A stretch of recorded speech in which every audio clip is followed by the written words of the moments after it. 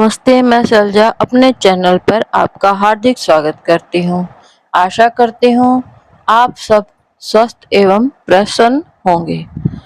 आज मैं 15वां अध्याय की कथा सुनाऊंगी, जिसमें यशोदा द्वारा श्री कृष्ण के मुख में संपूर्ण ब्रह्मांड का दर्शन, नंद और यशोदा के पूर्व पुण्य का परिचय, गर्गाचार्य का नंद भवन में जाकर बलराम और श्री कृष्ण का नामकरण संस्कार करना तथा वृषभानु के यहाँ जाकर उन्हें श्री राधा कृष्ण के नित्य संबंध एवं महात्म का ज्ञान करना। तो कथा शुरू करते हैं। श्री नारद जी कहते हैं, राजन, एक दिन सांवले सलोने बालक श्री कृष्ण सोने के रत्न जड़ित पालने पर सोए हुए थे। उनके मुख पर लोगों के मन को मोहने वाले मंद हास्य की छटा छा रही थी। दृष्टिजनित पीड़ा के निवारण के लिए नंदन के ललाट का काजल का डिठौना शोभा पा रहा था। कमल के समान सुंदर नेत्रों में काजल लगा था। अपने उस सुंदर लाला को मैया यशोदा ने गोद में ले लिया। वे बाल मुकुंद पैर का अंगूठा चूस रहे थे। उनका स्वभाव चपल था। नील नूतन कोमल एवं घुंघराले केश बंदों से उनकी अंग छटा अद्भुत जान पड़ती थी। वक्षस्थल पर श्रीवत्स चिन्ह, वचन खा तथा चमकीला अर्धचंद्र नामक आभूषण शोभा दे रहे थे। अपार दयामयी गोपी श्री यशोदा अपने उस लाला को लाड़ लड़ाती हुई बड़े आनंद का अनुभव कर रही थी। राजन बालक श्री कृष्ण दूध पी चुके थे। उन्हें जम्भाई आ रही थी। माता की दृष्टि उधर पर पड़ी। जब माता की दृष्टि उधर पड़ी तो उनके मुख में पृथ्वी व्याधि 5 तत्वों सहित संपूर्ण विराट ब्रह्मांड तथा इंद्र प्रभृति श्रेष्ठ देवता दृष्टिगोचर हुए। तब श्री यशोदा जी के मन में त्रास छा गया, अतः उन्होंने आंखें मूंद ली। महाराज, परिपूर्णतम भगवान श्री कृष्ण सर्वश्रेष्ठ हैं। उनकी ही माया से संपूर्ण संसार सत्तावान बना हुआ है। उसी माया के प्रभाव से यशोदा जी की स्मृति टिक ना सकी। उसी माया के प्रभाव से यशोदा की स्मृति टिक ना सकी। फिर अपने बालक श्री कृष्ण पर उनका वात्सल्यपूर्ण दया भाव उत्पन्न हो गया। अहो, श्री नंदरानी के तप का वर्णन कहाँ तक करूं? श्री बहुलाश्व ने पूछा, मुनिवर, नंद जी ने यशोदा जी के साथ कौन सा महान तप किया था, जिसके प्रभाव से भगवान श्री कृष्ण उनके यहाँ पुत्र के रूप में प्रकट हुए? श्री नारद जी ने कहा, 8 वसुओं में प्रधान जो द्रोण नामक वसु है, उनकी स्त्री का नाम धरा है। उन्हें संतान नहीं थी। वे भगवान श्री कृष्ण श्री विष्णु के परम भक्त थे। देवताओं के राज्य का भी पालन करते थे। राजन, एक समय पुत्र की अभिलाषा होने पर ब्रह्मा जी के आदेश से वे अपनी सहधर्मिणी धरा के साथ तप करने के लिए मंदराचल पर्वत पर गए। वहां दोनों दंपति कंद मूल एवं फल खाकर अथवा सूखे पत्ते चबाकर तपस्या करते थे। बाद में जल के आधार पर उनका जीवन चलने लगा। तदंतर उन्होंने जल पीना भी बंद कर दिया। इस प्रकार जन शून्य देश में उनकी तपस्या चलने लगी। उन्हें तप करते जब 10 करोड़ वर्ष बीत गए, तब ब्रह्मा जी प्रसन्न होकर आए और बोले, वर मांगो। उस समय उनके ऊपर दीमकें चढ़ी हुई थी, अतः उन्हें हटाकर द्रोण अपनी पत्नी के साथ बाहर निकले। उन्होंने ब्रह्मा जी को प्रणाम किया और विधिवत उनकी पूजा की। उनका मन आनंद से उल्लसित हो उठा। वे उन प्रभु से बोले। श्री द्रोण ने कहा, ब्रह्मन विधे परिपूर्णतम जनार्दन भगवान श्री कृष्ण मेरे पुत्र हो जाएं और उनमें हम दोनों की प्रेम लक्षणा भक्ति सदा बनी रहे, जिसके प्रभाव से मनुष्य दुर्लभ भव सागर को सहज ही पार कर जाता है। हम दोनों तपस्वी जनों को कोई दूसरा वर अभिलाषित नहीं है। श्री ब्रह्मा जी बोले, तुम लोगों ने मुझसे जो वर मांगा है वह कठिनाई से पूर्ण होने वाला अत्यंत दुर्लभ है। फिर भी दूसरे जन्म में तुम लोगों की अभिलाषा पूरी होगी। श्री नारद जी कहते हैं, राजन वे द्रोण ही इस पृथ्वी पर नंद और धरा हो यशोदा नाम से विख्यात हुई। ब्रह्मा जी की वाणी सत्य करने के लिए भगवान श्री कृष्ण पिता वसुदेव की पूरी मथुरा से ब्रिज में पधारे। भगवान श्री कृष्ण का शुभ चरित्र सुधा निर्मित खांड से भी अधिक मीठा है। गंधमादन पर्वत के शिखर पर भगवान नर नारायण के श्रीमुख से मैंने इसे सुना है। उनकी कृपा से मैं कृतार्थ हो गया। वही कथा मैंने तुमसे कही है, अब और क्या सुनना चाहते हो? श्री बहुलाश्व ने पूछा, महामुने, शिशुपधारी उन सनातन पुरुष भगवान श्रीहरि ने नंदग्रह में बलराम जी के साथ कौन कौन सी लीलाएं की हैं, यह मुझे बताइए। राजन, एक दिन वसुदेव जी के भेजे हुए महामुनि गर्गाचार्य अपने शिष्यों के साथ नंद भवन में पधारे।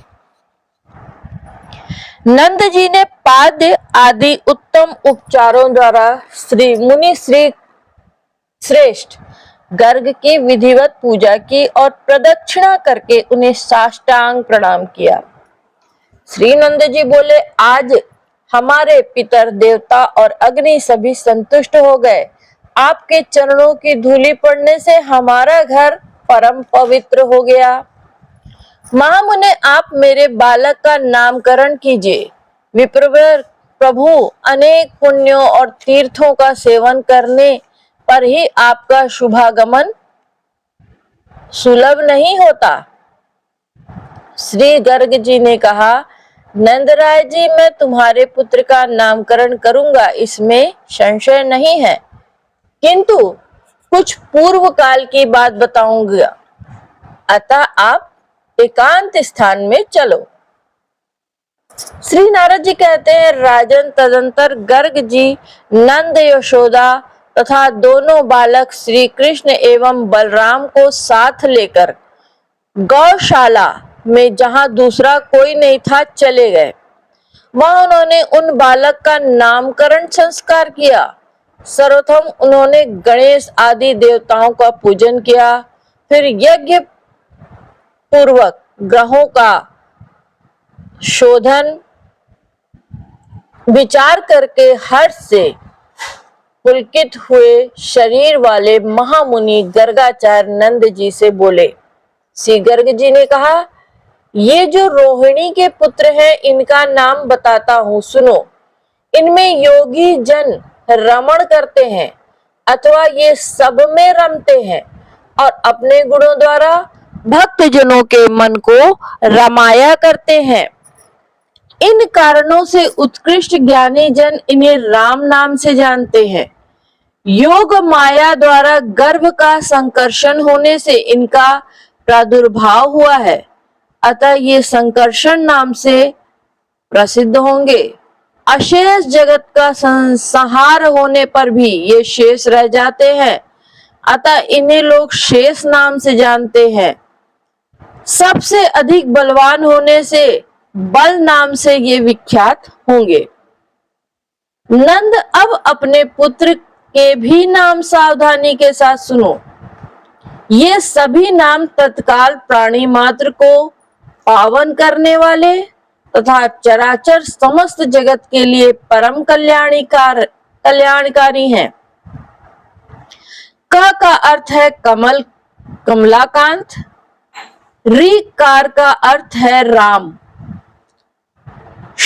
ख अक्षर वाले खड्वित ऐश्वर्य के स्वामी श्वेत द्वीप निवासी भगवान विष्णु का वाचक है। नरसिंह का प्रतीक है और आकार अक्षर अग्नि रूप से हविष्य के भोक्ता और अग्निदेव के रक्षक का वाचक है। अतः दोनों विसर्ग रूप बिंदु नर नारायण के बोधक हैं। ये छहों पूर्ण तत्व जिन महामंत्र रूप परिपूर्णतम शब्दों में लीन है, वह इसी व्युत्पत्ति के कारण कृष्ण कहा गया है।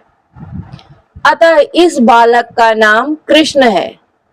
सतयुग, त्रेता, द्वापर और कलयुग, इन युगों में इन्होंने शुक्ल, रक्त, पीत और कृष्ण कांति ग्रहण की है। द्वापर के अंत और कली के आदि में यह बालक कृष्ण अंग कांति को प्राप्त हुआ है। इस कारण से भी यह नंदन कृष्ण नाम से विख्यात होगा। इनका एक नाम वासुदेव भी है। इसकी व्युत्पत्ति इस प्रकार से है। वसु नाम है इंद्रियों का। इनका देवता है चित्त और उस चित्त में स्थित रहकर जो चेष्टाशील है, उन अंतर्यामी भगवान को वसुदेव कहते हैं। वृषभानुओं की पुत्री राधा जो कीर्ति के भवन में प्रकट हुई हैं, उनके ये साक्षात प्राणनाथ बनेंगे। अतः इनका एक नाम राधापति भी है। जो साक्षात परिपूर्णतम स्वयं भगवान श्री कृष्ण चंद्र है। असंख्य ब्रह्मांड जिनके अधीन हैं और जो गोलोक धाम में विराजते हैं, वे ही परम प्रभु तुम्हारे यहाँ बालक रूप में प्रकट हुए हैं। पृथ्वी का भार उतारना, कंस आदि दुष्टों का संहार करना और भक्तों की रक्षा करना, ये ही इनके अवतार के उद्देश्य हैं।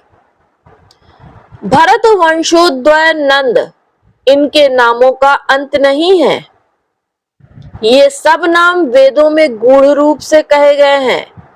इनकी लीलाओं के कारण ही उन कर्मों के अनुसार इनके नाम विख्यात होंगे। इनके अद्भुत कर्मों को लेकर आश्चर्य नहीं करना चाहिए। तुम्हारा अहोभाग्य है, क्योंकि जो साक्षात परिपूर्णतम परात्पर श्री पुरुषोत्तम प्रभु हैं, वे तुम्हारे घर के पुत्र के रूप में शोभा पा रहे हैं। श्री नारद जी कहते हैं, राजन यूं कहकर श्री गर्ग जी जब चले गए, तब प्रमुदित हुए महामती नंद राय ने यशोदा सहित अपने पूर्ण काम एवं कृत्य नाम माना। अपने को पूर्ण काम एवं कृत माना।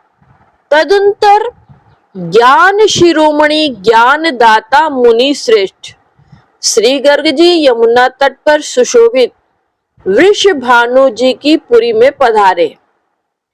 छत्र धारण करने से वे दूसरे इंद्र तथा दंड धारण करने से साक्षात धर्मराज की भांति सुशोभित, साक्षात दूसरे सूर्य की भांति वे अपने तेज से संपूर्ण दिशाओं को प्रकाशित कर रहे थे। पुस्तक तथा मेखला से युक्त विप्रवर गर्ग दूसरे ब्रह्मा की भांति प्रतीत होते थे। शुक्ल वस्त्रों से सुशोभित होने के कारण वे भगवान विष्णु की सी शोभा पाते थे। उन मुनि श्रेष्ठ को देखकर वृषभानु जी ने तुरंत उठकर अत्यंत आदर के साथ सिर झुकाकर उन्हें प्रणाम किया और हाथ जोड़कर वे उनके सामने खड़े हो गए।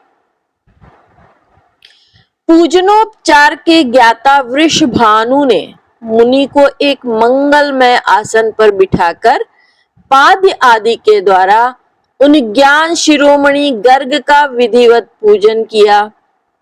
फिर उनकी परिक्रमा करके महान वृषभानुवर इस प्रकार बोले।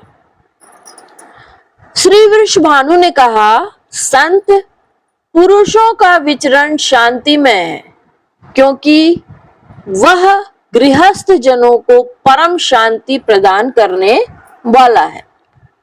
मनुष्य के भीतर अंधकार का नाश महात्मा जन ही करते हैं, सूर्यदेव नहीं। भगवान आपका दर्शन पाकर हम सभी गोप पवित्र हो गए। भूमंडल पर आप जैसे साधु महात्मा पुरुष तीर्थों को भी पावन बनाने वाले होते हैं। हे मुने, मेरे यहाँ एक कन्या हुई है जो मंगल की धाम है और जिसका राधिका नाम है। आप भली भांति विचार कर यह बताने की कृपा कीजिए कि इसका शुभ विवाह किसके साथ किया जाए। सूर्य की भांति आप तीनों लोकों में विचरण करते हैं। आप दिव्य दर्शन है जो इनके अनुरूप सुयोग्य वर होगा, उसी के हाथ में इस कल्याणमयी कन्या को दूंगा। श्री नारद जी कहते हैं, राजन, तदंतर मुनिवर गर्ग जी वृषभानु जी का हाथ पकड़े यमुना के तट पर गए। वहां एक निर्जन और अत्यंत सुंदर स्थान था। वहां कालिंदी जल की कल्लोल मालाओं की कल कल ध्वनि सदा गूंजती रहती थी। वहीं गोपेश्वर वृषभानु को बैठाकर धर्मज्ञ मुनीन्द्र गर्ग इस प्रकार कहने लगे। श्री गर्ग जी बोले, वृषभानु जी, एक गुप्त बात है, यह तुम्हें किसी से नहीं कहना चाहिए। जो असंख्य ब्रह्मांडों के अधिपति गोलोक धाम के स्वामी परात्पर तथा साक्षात परिपूर्णतम है, जिनसे बढ़कर दूसरा कोई नहीं है, स्वयं वे ही भगवान श्री कृष्ण नंद के घर में प्रकट हुए हैं। श्री वृषभानु ने कहा, महामुनि, नंद जी का भी भाग्य अद्भुत है, धन्य है एवं अवर्णनीय है। अब आप भगवान श्री कृष्ण के अवतार का संपूर्ण कारण मुझे बताइए। श्री गर्ग जी बोले, पृथ्वी का भार उतारने और कंस आदि दुष्टों का विनाश करने के लिए ब्रह्मा जी की प्रार्थना करने पर भगवान श्री कृष्ण पृथ्वी पर अवतीर्ण हुए हैं। उन्हीं परम प्रभु श्री कृष्ण की पटरानी जो प्रिया श्री राधिका जी गोलोक धाम में विराजती हैं, वे ही तुम्हारे घर पुत्री रूप में प्रकट हुई हैं। तुम उन पराशक्ति राधिका को नहीं जानते। श्री नारद जी कहते हैं, राजन, उस समय गोप वृषभानु के मन में आनंद की बाढ़ आ गई और वे अत्यंत विस्मित हो गए। उन्होंने कलावती कीर्ति को बुलाकर उनके साथ विचार किया। पुनः श्री राधा कृष्ण के प्रभाव को जानकर गोपवर वृषभानु आनंद के आंसू बहाते हुए पुनः महामुनि गर्ग से कहने लगे। श्री वृषभानु ने कहा, हे द्विजवर, उन्हीं भगवान श्री कृष्ण को मैं अपनी यह कमल नयनी कन्या समर्पण करूंगा। आपने ही मुझे यह सन्मार्ग दिखलाया है, अतः आपके द्वारा ही इसका शुभ विवाह संस्कार संपन्न होना चाहिए। श्री गर्ग जी ने कहा, राजन, श्री राधा और श्री कृष्ण का पाणी ग्रहण संस्कार मैं नहीं कराऊंगा। यमुना के तट पर भांडीर वन में इनका विवाह होगा। वृंदावन के निकट जन शून्य सुरम स्थान में स्वयं श्री ब्रह्मा जी पधार कर इन दोनों का विवाह कराएंगे। गोपवर, तुम गोलोक धाम में निवास करने वाली रानी रागी इन राधिका को लोक चूड़ामणि भगवान श्री कृष्ण की साक्षात वल्लभा समझो। तुम संपूर्ण गोलोक धाम से ही इस भूमंडल पर आए हो। वैसे ही समस्त गोपियां और गाय भी गोलोक में विराजने वाली श्री राधिका जी की आज्ञा मानकर गोलोक से आई हैं। बड़े बड़े यज्ञ करने पर देवताओं को भी अनेक जन्मों तक जिनकी झांकी सुलभ नहीं होती, उनके लिए भी जिनका दर्शन दुर्घट है, वे साक्षात श्री राधिका जी तुम्हारे मंदिर के आंगन में गुप्त रूप से विराज रही हैं और बहुसंख्यक गोप और गोपियां उनका साक्षात दर्शन करते हैं। श्री नारद जी कहते हैं, राजन, श्री राधिका जी और भगवान श्री कृष्ण का प्रशंसनीय प्रभाव सुनकर श्री वृषभानु और कीर्ति दोनों अत्यंत विस्मित तथा आनंद से आह्लादित हो उठे और गर्ग जी से कहने लगे। दंपति बोले, ब्राह्मण, राधा शब्द की तात्विक व्याख्या बताइए। महामुने, इस भूतल पर मन के संदेह को दूर करने वाला आपके समान कोई दूसरा नहीं है। श्री गर्ग जी ने कहा, एक समय की बात है, मैं गंधमादन पर्वत पर गया। गंधमादन पर्वत पर साथ में शिष्य वर्ग भी थे। वहीं भगवान नारायण के श्रीमुख से मैंने सामवेद का यह सारांश सुना है। रकार से रमा का, आकार से गोपिकाओं का, धकार से धरा का तथा आकार से विरजा नदी का ग्रहण होता है। परमात्मा भगवान श्री कृष्ण सर्वोत्कृष्ट तेज चार रूप में विभक्त हुआ है। परमात्मा भगवान श्री कृष्ण का सर्वोत्कृष्ट तेज 4 रूपों में विभक्त हुआ है। लीला, भूश्री और विरजा, ये 4 पत्नियां ही उनका चतुर्विध तेज है। ये सब की सब कुंज भवन में जाकर श्री राधिका जी के श्री विग्रह में लीन हो गई। इसलिए विज्ञजन श्री राधा जी को परिपूर्णतमा कहते हैं।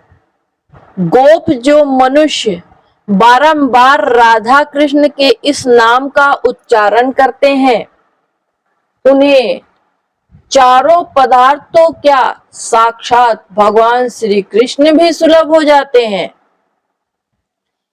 श्री नारद जी कहते हैं, राजन, उस समय भार्या सहित श्री वृषभानु के आश्चर्य की सीमा न रही। श्री राधा कृष्ण के दिव्य प्रभाव को जानकर वे आनंद के मूर्तिमान विग्रह बन गए। इस प्रकार श्री वृषभानु ने ज्ञान शिरोमणि श्री गर्ग जी की पूजा की। तब वे सर्वज्ञ एवं त्रिकालदर्शी